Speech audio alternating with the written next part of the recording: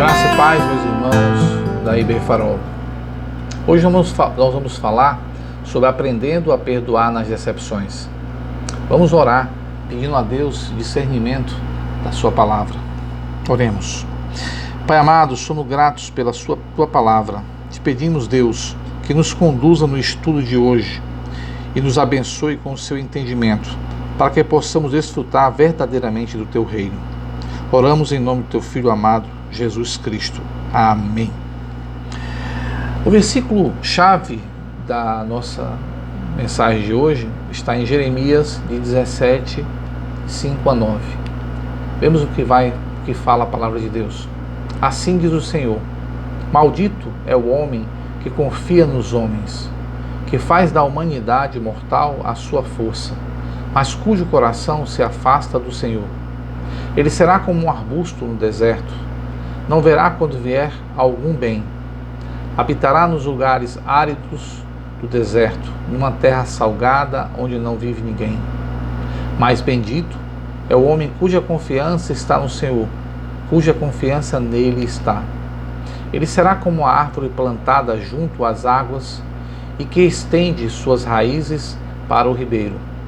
Ele não temerá quando chegar o calor, porque as suas folhas estão sempre verdes.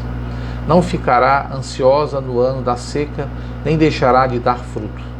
O coração é mais enganoso que qualquer outra coisa, e sua doença é incurável. Quem é capaz de compreendê-lo? Sabemos que a decepção faz parte da vida de cada um de nós.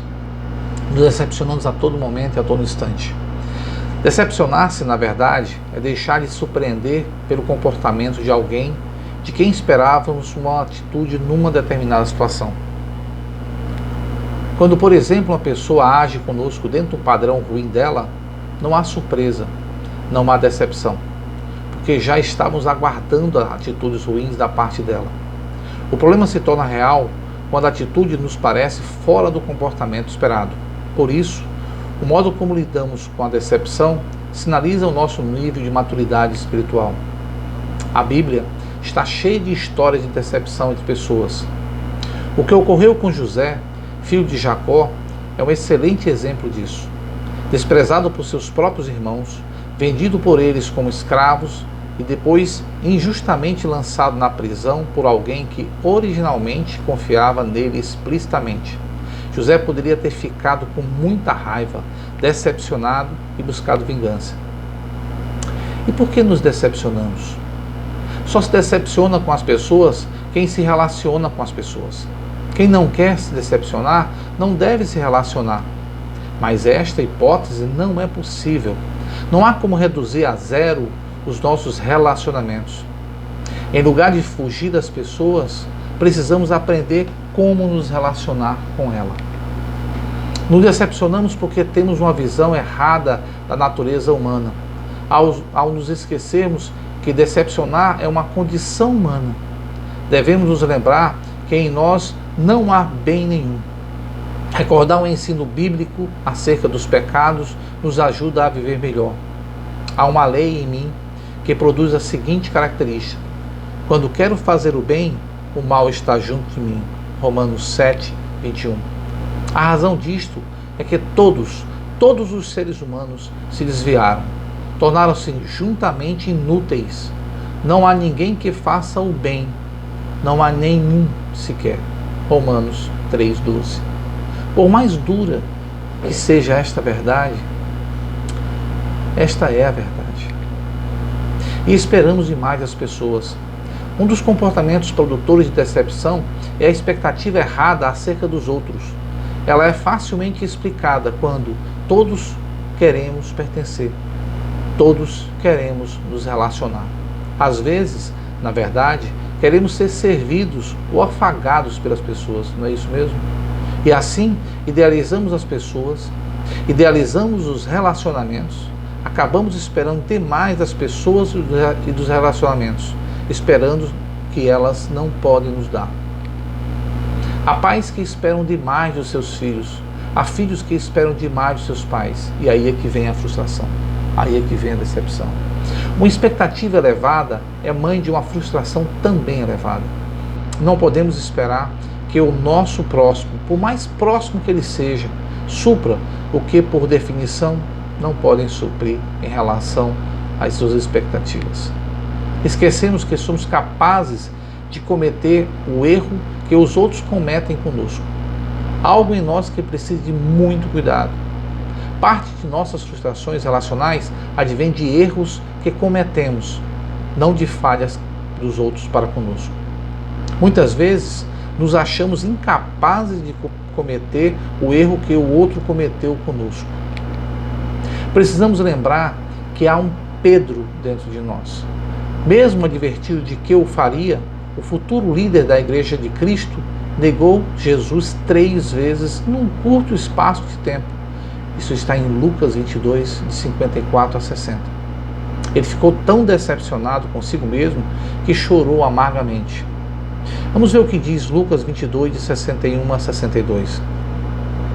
O Senhor voltou-se e olhou diretamente para Pedro. Então Pedro se lembrou da palavra que o Senhor lhe tinha dito: antes que o galo cante hoje, você me negará 3 vezes. Saindo dali, chorou amargamente. Imagina a decepção de Pedro com ele mesmo.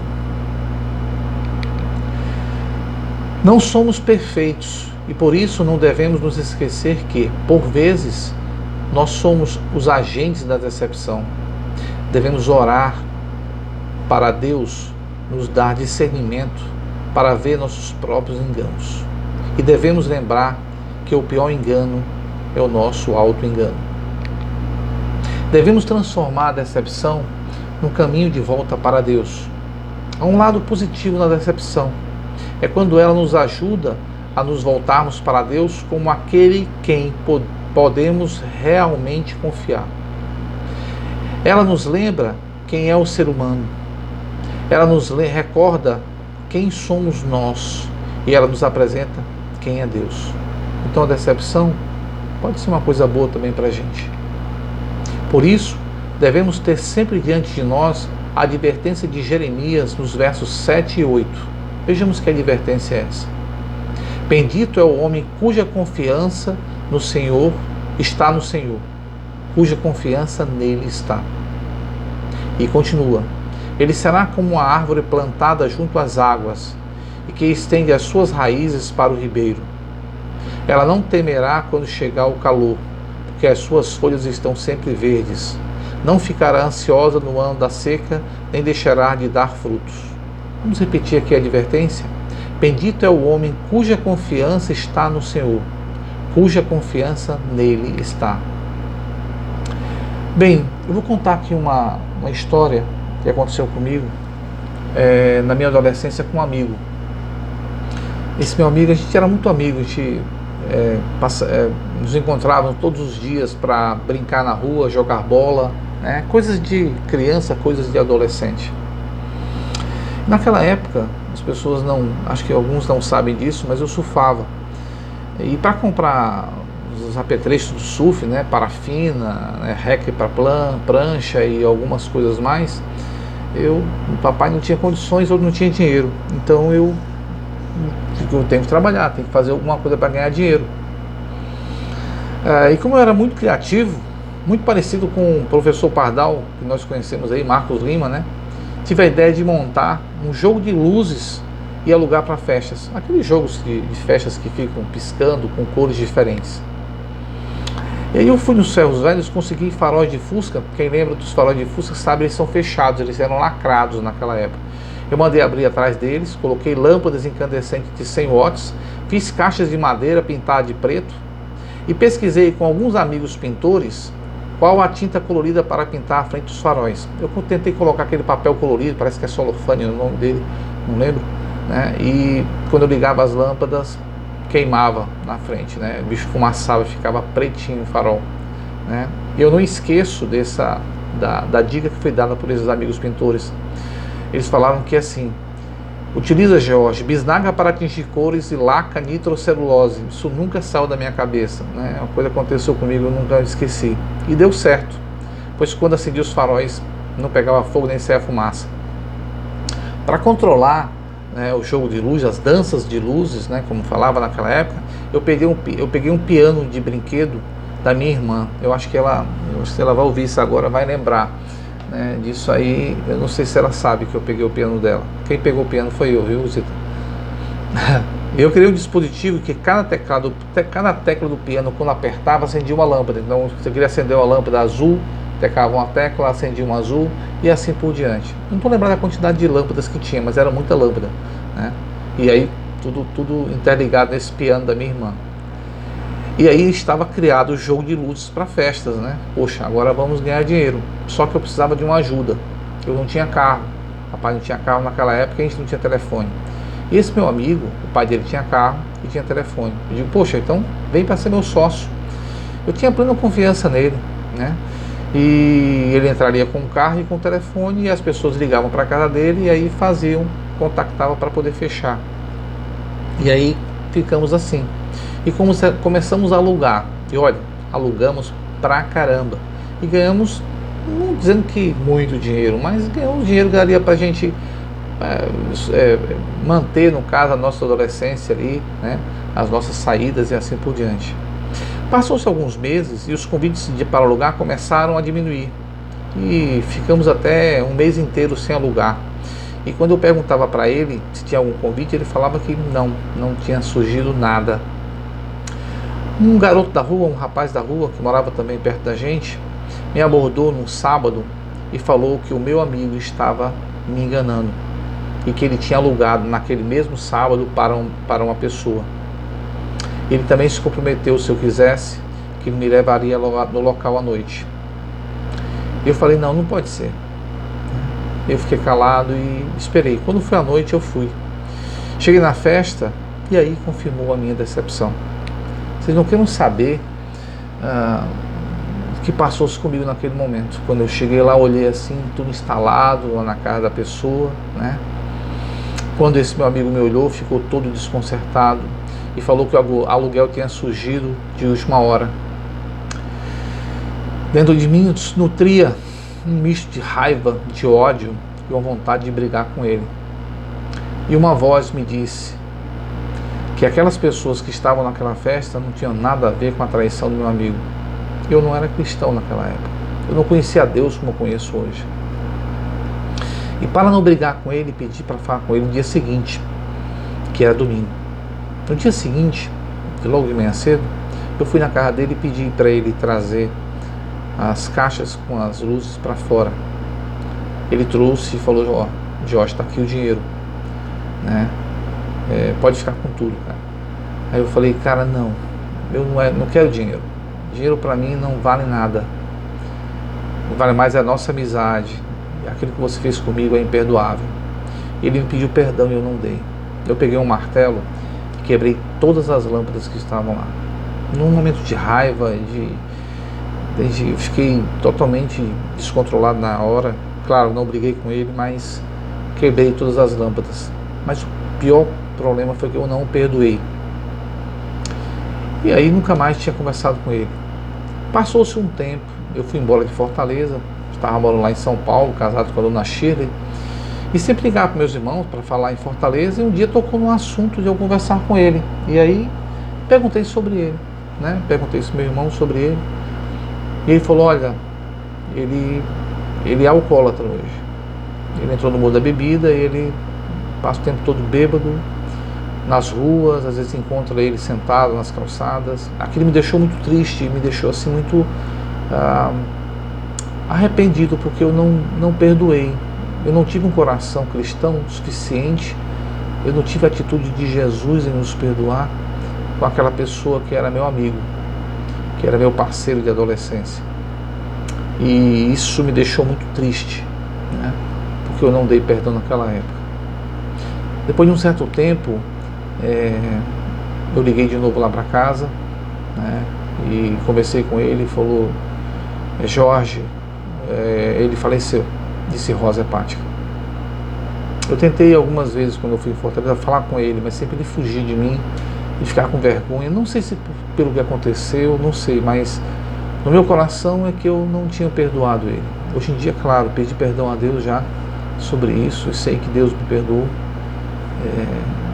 e passou, mas eu perdi a oportunidade de perdoar uma pessoa que eu gostava muito.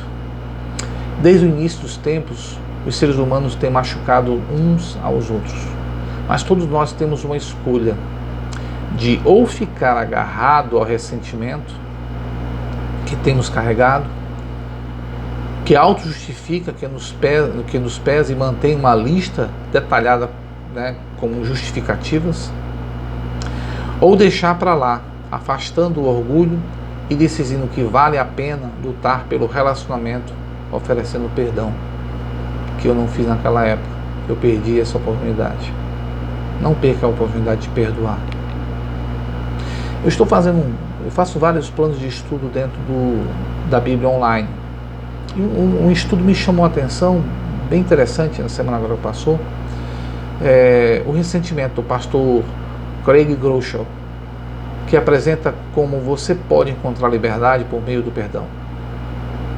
Ele fala assim: eis a questão, segurar um ressentimento é como segurar um cacto. Imagina você segurar um cacto, né?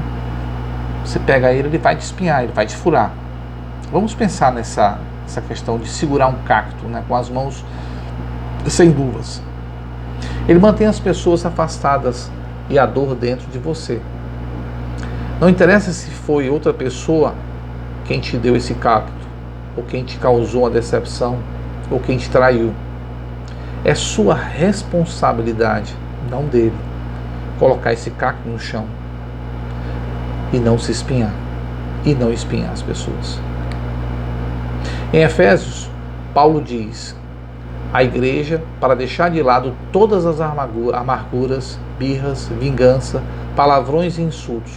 Ao invés disso, nós deveríamos usar palavras amáveis e amorosas uns para com os outros, porque Deus graciosamente tem nos perdoado. Somos tão indignos de perdão e ainda assim Jesus nos perdoa livremente. Somos chamados para ser como Ele, para mostrar a outros o amor de Cristo, qual a melhor forma de exemplificar seu amor aos outros do que perdoando-os. Eu queria encerrar deixando uma reflexão, duas perguntinhas que a gente tem que se fazer. Que ressentimentos estou guardando dentro do meu coração? E a outra é: como podemos deixar o ressentimento de lado e escolher o perdão? Devemos refletir nisso. Ressentimentos, raiva, ira, amargura com relação àquilo que foi tratado com a gente, das pessoas, nós devemos usar aquilo que Cristo usou como nós na cruz, deixando-se morrer para nos salvar, nos perdoando.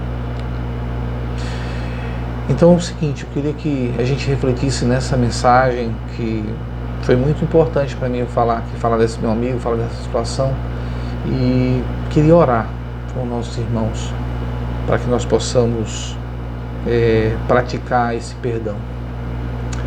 Oremos. Deus, obrigado por perdoar livremente, não quando não merecemos.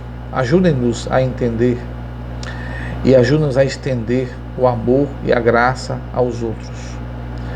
Amoleça nosso coração em relação àqueles que nos prejudicaram e ajude-nos a sermos mais como o Senhor, amando os outros de maneira como o Senhor faz.